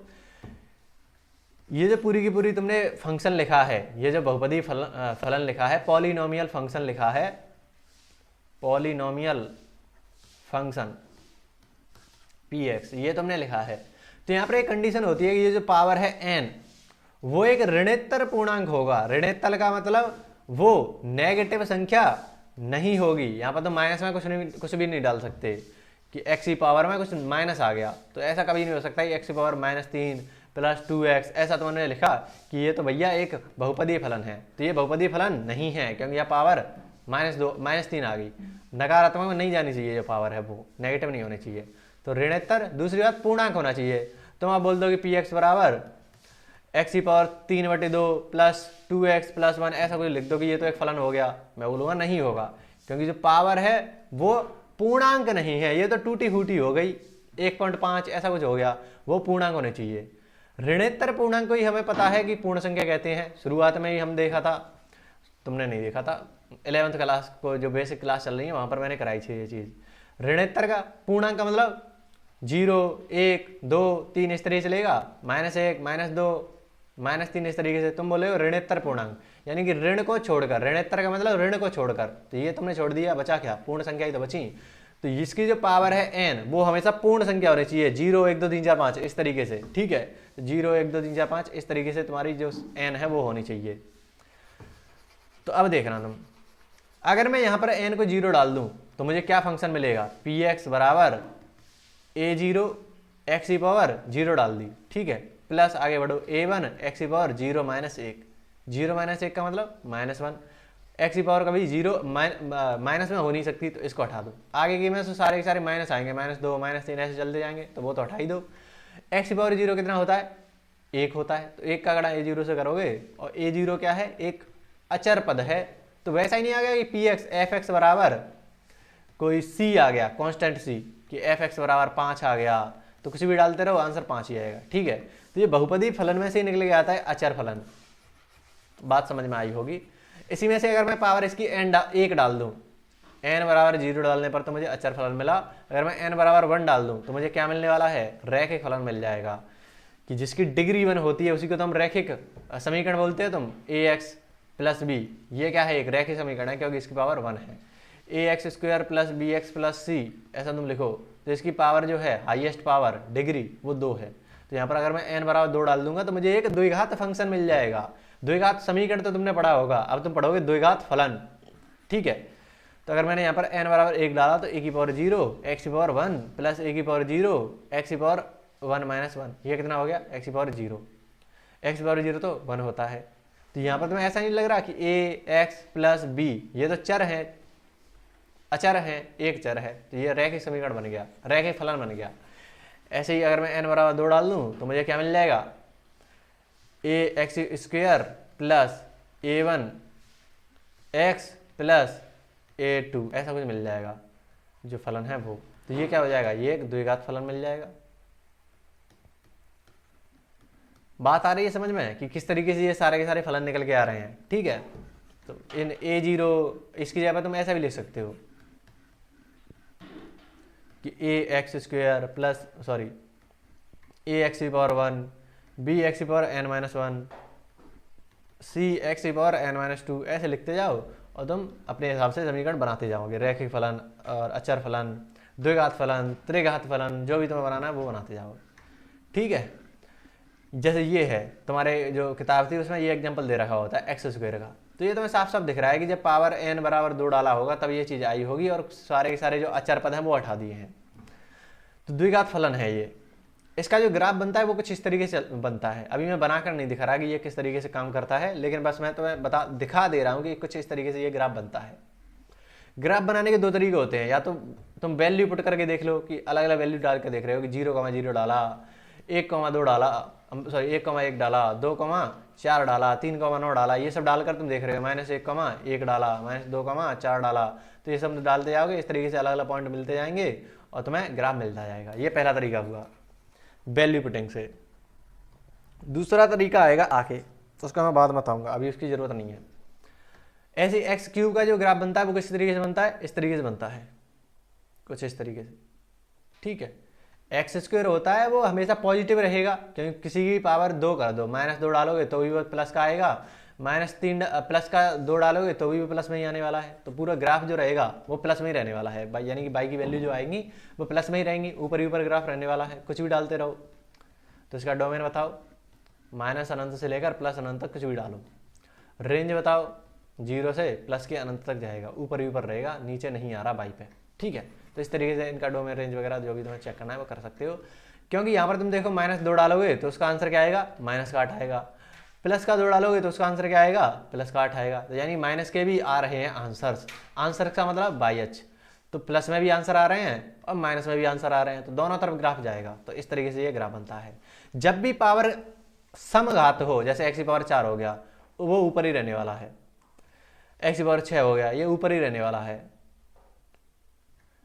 लेकिन जब भी तुम पावर कुछ विषम करोगे, x की पावर 5, तो वो कुछ इस तरीके से ही रहेगा। ठीक है, x की पावर 7 करोगे तो वो कुछ इस तरीके से रहेगा। इसका भी कुछ कनेक्शन है कि मैं इस तरीके से क्यों बना रहा हूँ। जब भी घातें बढ़ती जाती है ना, x की घातें बढ़ाते जा रहे हो, तो ये जो ऊपर वाला ग्राफ है वो बाई एच की तरह मुड़ता जाता है, ये दोनों की तरफ बाई एच की तरफ मुड़ते जाते हैं, इस तरीके से मुड़ते जाते हैं। ठीक है, पावर बढ़ाओगे वो और मुड़ता जाएगा। ऐसे ही यहाँ पर होता है, 7 करा, x की पावर 9 करा, तो ये जो है वो और टच करते हुए ऐसे इस तरीके से बाई एच की तरफ सिकुड़ते जाते हैं एक तरीके से। ये चीज़ ध्यान रखना, इससे बहुत काम आते हैं, कंपटीशन लेवल पर तो बहुत काम आता है। लेकिन अभी के लिए तुम इस तरीके से देखो।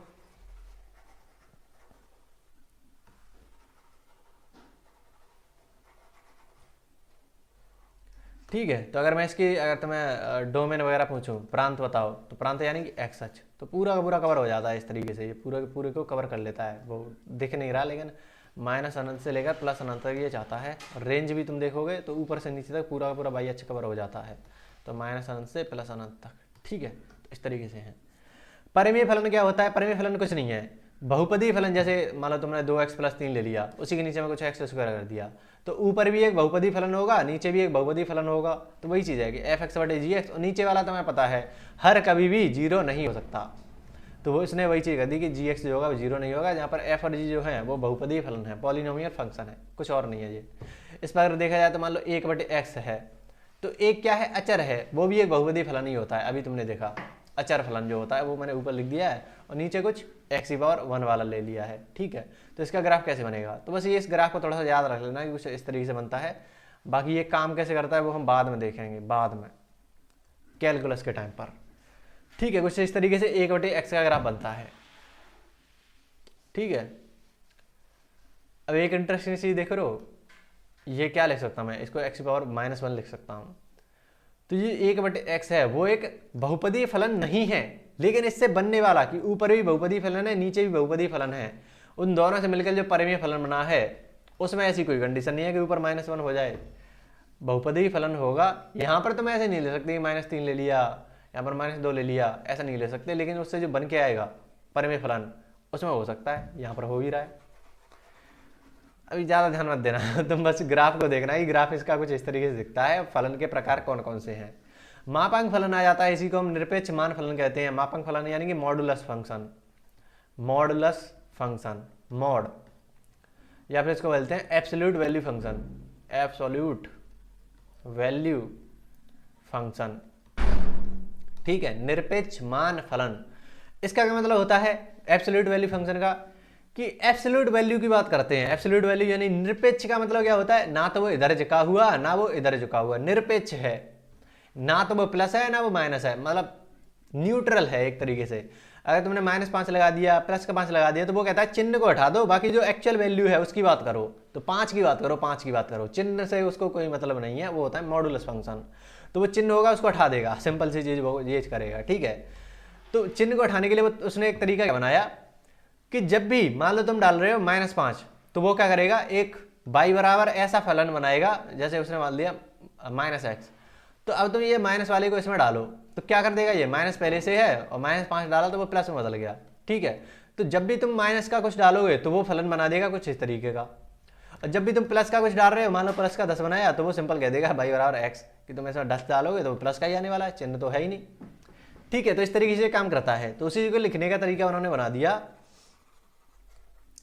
कि कुछ भी अगर एक मॉड में डालोगे, y बराबर मान लो -17 डाल दिया, 7 डाल दिया, तो ये क्या आने वाला है, ये क्या आएगा, अगर इसको ढंग से खोलकर देखोगे तो -7 इस तरीके से लिखेंगे और ये प्लस का 7 आ जाएगा, या तुम डायरेक्ट प्लस का 7 लिख सकते हो, ठीक है। दोनों तरीके सही है। तो इसी को थोड़ा सा अच्छे से उन्होंने लिखा कि ये जो f(x) बराबर mod x है, ये खुलता है, कब कब खुलता है, किस तरीके से खुलता है, वो ये अब आगे चीजें लिखी हुई हैं कि f(x) को हम क्या लिख सकते हैं, y लिख सकते हैं, तो y बराबर कुछ mod x जैसा है। तो जब हम इस मॉड को हटाएंगे तो क्या चीजें आने वाली हैं वो देखना। अब जब हमने मॉड को हटाया तो सिंपल x आएगा, कब, जब जो x है वो या तो 0 हो जाए, क्योंकि अगर 0 डालोगे तो वो 0 आएगा, अगर कुछ प्लस में डाला प्लस का 5 तो भी प्लस में आने वाला है। तो इसको सिंपल खोल सकते हो y बराबर x के रूप में, जब x या तो 0 से बड़ा हो या 0 हो, ठीक है। लेकिन ये जब खुलेगा x बराबर -x के रूप में, तब क्या होगा, अगर तुम x 0 से छोटा डालोगे, यानी कि कुछ नेगेटिव संख्या डाल दी, तब अगर तुम मॉड को खोलोगे, तो वो इस तरीके से खुलेगा कि y बराबर -x, और x ये पर क्या डालना पड़ेगा, -5, इस तरीके से खोलोगे कि 5 डाला तुमने मॉड में, तो क्या आएगा, y बराबर x, सिंपल। तो x ये पर तुम क्या डालोगे, x ये पर तुम 5 डाल दोगे, तो वो 5 ही आंसर आ जाएगा, ठीक है। समझ में आ रहा है। तो मॉड होता है वो हमेशा प्लस के आंसर देता है, तो हमारे जो तुम देखोगे तो ये कुछ इस तरीके से बनता है, प्लस के आंसर देगा कि -5 डाला तो +5 आएगा, प्लस का 5 डाला तो वो भी +5 आएगा, ठीक है। कुछ इस तरीके से बनता है ये ग्राफ, ये पूरा ग्राफ। तो ये होता है मापांक फलन। मैं बस थोड़ी थोड़ी चर्चा कर रहा हूँ, बाकी मॉडुलस फंक्शन पर पूरा एक अलग से लेक्चर आता है 11th क्लास में, लेकिन अभी तुम्हारे लिए वो जरूरत नहीं है। चिन्ह फलन क्या होता है, चिन्ह सिग्नम फंक्शन, तुम्हें बस चिन्ह बता देगा, सिग्नम फंक्शन। तुमने मान लो डाला f(x) बराबर कुछ, मान लो तुमने x बराबर डाला प्लस का 50, तो ये तुम्हें सिंपल दे देगा x बराबर +1। अगर तुमने डाला x बराबर y बराबर +1 दे देगा। अगर तुमने x बराबर डाला -10, तो ये सिंपल तुम्हें y कितना दे देगा, -1। अगर तुमने x बराबर डाला 0, तो ये दे देगा y बराबर 0, ठीक है। ये प्लस माइनस 0 इनमें खेलता है, चिन्ह बताता है कि या तो प्लस में होगा या फिर माइनस में होगा या फिर 0 होगा, 3 ही संभावना है। तो y की वैल्यू +1 आएगी कब, जब तुम x बराबर 0 से बड़ा डालोगे। y बराबर 0 आएगा कब, जब x बराबर 0 होगा। y आएगा -1 कब, जब x तुम 0 से छोटा डालोगे, यानी कि नेगेटिव संख्या डालोगे। इसी चीज़ को लिखने का तरीका बना दिया कि इन दोनों को या तो तुम 0 डालोगे या 0 नहीं डालोगे, यही दो कंडीशन बन रही है कि तुम देखो इन दोनों में तुम क्या कर रहे हो, यहाँ पर तुम 0 तो नहीं डाल रहे, तो इनको कहेंगे x और r तुमने 0 नहीं डाला, लेकिन इस वाले में तुमने क्या करा, इस वाले में तुमने x और r 0 डाल दिया। तो इन दो तरीकों से भी तुम लिख सकते हो कि x और r 0 नहीं डालने पर क्या आएगा। अबे यार, हाँ तो थोड़ा सा देख लेते हैं कि x बराबर अगर 0 नहीं है तो हमारे पास क्या आंसर रहने वाला है, या तो +1 आएगा या फिर -1 आएगा। तो उसके लिए हमने सिंपल सा बना दिया कि मॉड x बटे x, ये चीज़ आने वाली है कि f(x) किसके बराबर हो जाएगा, मॉड x बटे x के, कब, जब x बराबर 0 नहीं हो। ये कंडीशन तुम्हें क्वेश्चन में देखने को मिलेगी, ठीक है। तो इसका क्या मतलब है, मान लो मैं अब यहाँ पर कुछ डालता हूँ, यहाँ पर मान लो मैंने प्लस का माइनस का डाला कुछ, तो माइनस का मान लो मैंने 5 डाल दिया, तो f(x) मुझे क्या मिलने वाला है, -5 मॉड बटे -5। तो ये क्या हो जाएगा, ये तो ऊपर का तो प्लस हो जाएगा 5, नीचे रहेगा -5, क्या आ जाएगा -1। तो माइनस का कुछ डाला तो मुझे क्या मिल गया, माइनस का 1 मिला। तो वही चीज़ तो हमें मिलने वाली थी, माइनस का 1 मिलती थी जब मैं नेगेटिव डालता था। अब मान लो मैंने कुछ डाला प्लस का, तो ऊपर भी आएगा प्लस, नीचे भी आएगा प्लस, तो +1 प्लस मॉड का प्लस, मॉड का 5 बटे 5 कितना आ जाएगा, 1 आ जाएगा, ठीक है। तो ये 1 आ गया। प्लस का 0 डालूंगा तो फिर हमारे पास सीधी सी कंडीशन है कि f(x) बराबर, इस वाले में तुम 0 डाल नहीं सकते क्योंकि सिंपल सी बात है, नीचे वाला 0 नहीं हो सकता। तो उसके लिए फिर हमने बना दिया कि जो अगर तुमने x और 0 डाल दिया तो तुम्हारे पास जो y की वैल्यू आएगी वो सीधी सीधी 0 आ जाएगी, ठीक है। इस तरीके से हमने फंक्शन को परिभाषित कर दिया है, डिफाइन ही ऐसे कर दिया है, ठीक है। ज़्यादा मैं डिटेल में नहीं जा रहा, बस तुम्हें थोड़ा थोड़ा आइडिया दे रहा हूँ कि क्लास 11 तो तुमने क्या पढ़ा था। बाकी ऐसा मत समझ लेना कि इतने गंदे तरीके से मैं पढ़ाता हूँ, 11th क्लास वालों को पता होगा, मतलब पता चलेगा अभी उन्हें। महत्तम पूर्णांक फलन, ग्रेटेस्ट GIF फंक्शन बोलते हैं इसको, ग्रेटेस्ट इंटीजर फंक्शन, GIF, ठीक है। तो इसको लिखने का तरीका होता है इस तरीके से। इसका मतलब क्या होता है, अगर तुमने मान लो कुछ डाला, तुमने मान लो इस फंक्शन में कुछ डाला, x बराबर मान लो 2.3 डाला ये कुछ, तो ये जो फलन है वो क्या करता है, उसके जो निकटतम जो होता है, सबसे बड़ा पूर्णांक होता है, उसको ले लेता है। जैसे 2.3 है, तुम एक तरीके से 2.3 तुमने यहाँ कहीं लिया 2.3, तो ये क्या करता है, उसके आसपास का वो ढूंढता है पूर्णांक। तो 2 पूर्णांक है, 3 पूर्णांक है, तो ये 2 वाले को पकड़ेगा, x जो है वो इसको छोटे वाले को पकड़ेगा 2 को, वो इसका आंसर हो जाता है। जैसे 2.3 है तो इसका जो आंसर आएगा वो 2 आ जाएगा। ये इस तरीके से इसको परिभाषित करा है। तुम ये मत बोलना कि ये क्यों कर रहे हो, ऐसा क्यों फलन बना दिया, ये उसको बनाया ही इस तरीके से कराया है कि हमें वो चीज़ मिल जाए। अगली चीज़, अगर मान लो तुम -2.3 डालते हो तो -2.3 तो कहीं कहाँ होगा, -2.3 कुछ 0 पॉइंट -5, 1 पॉइंट -5, 2 पॉइंट -5, इस तरीके से होगा, सॉरी -2.05, -2.3, ये चीज़ यहाँ पर ही तो होगी -2.3। तो उसके पास का इधर वाला कौन सा है पूर्णांक, -3 आएगा, कहाँ गया, -3 आ गया। तो इस तरीके से इधर वाला देखना होता है, इधर वाला। अगर इन दोनों के बीच में कुछ आ रहा है तो मुझे 2 लेना है, इन दोनों के बीच में मुझे कुछ आया है तो 1 लेना है, इन दोनों के बीच में कुछ आया तो 0, इन दोनों के बीच में कुछ आया तो -1, सेम चीज़ -3, -2, -3, ठीक है। तो इस तरीके से GIF फंक्शन काम करता है। ये इसका ग्राफ होता है, मैं ज़्यादा एक्सप्लेन नहीं कर रहा है इसको, बात खत्म। अगर तुम 5 डालोगे तो सीधा सीधा 5 निकल के आ जाएगा। अगर मैं कुछ ऐसा कहूँ कि मॉड x जो है वो 3 आ रहा है, तो ये कब कब आ सकता है, x मुझे क्या क्या मिलना चाहिए, तो तुम बोलोगे x जो है अगर 3 आ रहा है ना, तो x जो है वो 3 से 4 के बीच में कुछ भी डाल लो, ठीक है। तुम बोलोगे 3 भी डाल सकते हो, क्योंकि 3 डालने पर तो 3 ही आ जाएगा, और 3 से कुछ बड़ा डालोगे और 4 से छोटा डालोगे तो वो चीज़ तुम्हें 3 ही मिलने वाली है, क्योंकि यहाँ से यहाँ तक जाओगे तो ये 3 ही आंसर आएगा उन सब का, ठीक है। इस तरीके से है। ऐसा कुछ बोलूँ तो क्या करूँगा, -2 हो सकता है और उससे थोड़ा सा बढ़ा लेना है -1 तक, -2 से -1 के बीच में कुछ भी डालूँ तो -2 ही आने वाला है, -2 भी डाल सकता हूँ, 1 नहीं डाल सकता। उम्मीद है तुम्हें थोड़े बहुत समझ में आया होगा। तो ये क्लास 11th का पूरा जो फलन है वो हमने कंप्लीट कर लिया है, रिवाइज कर लिया है।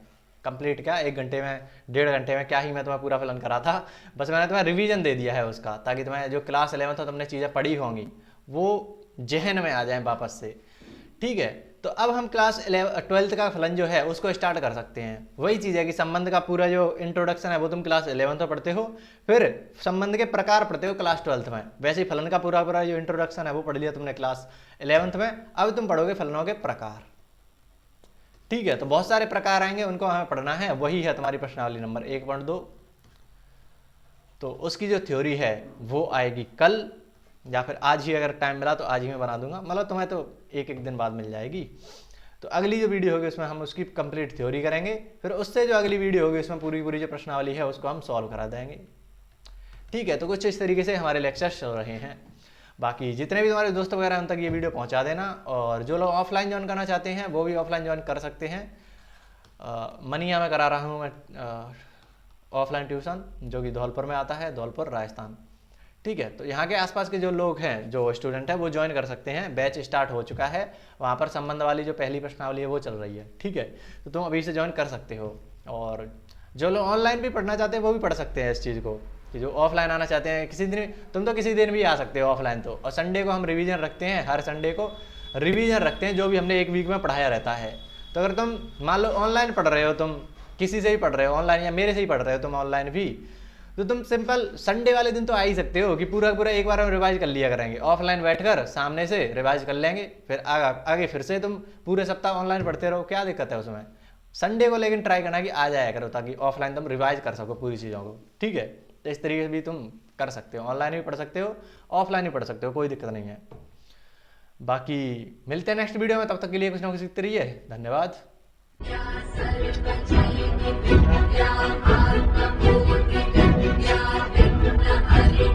या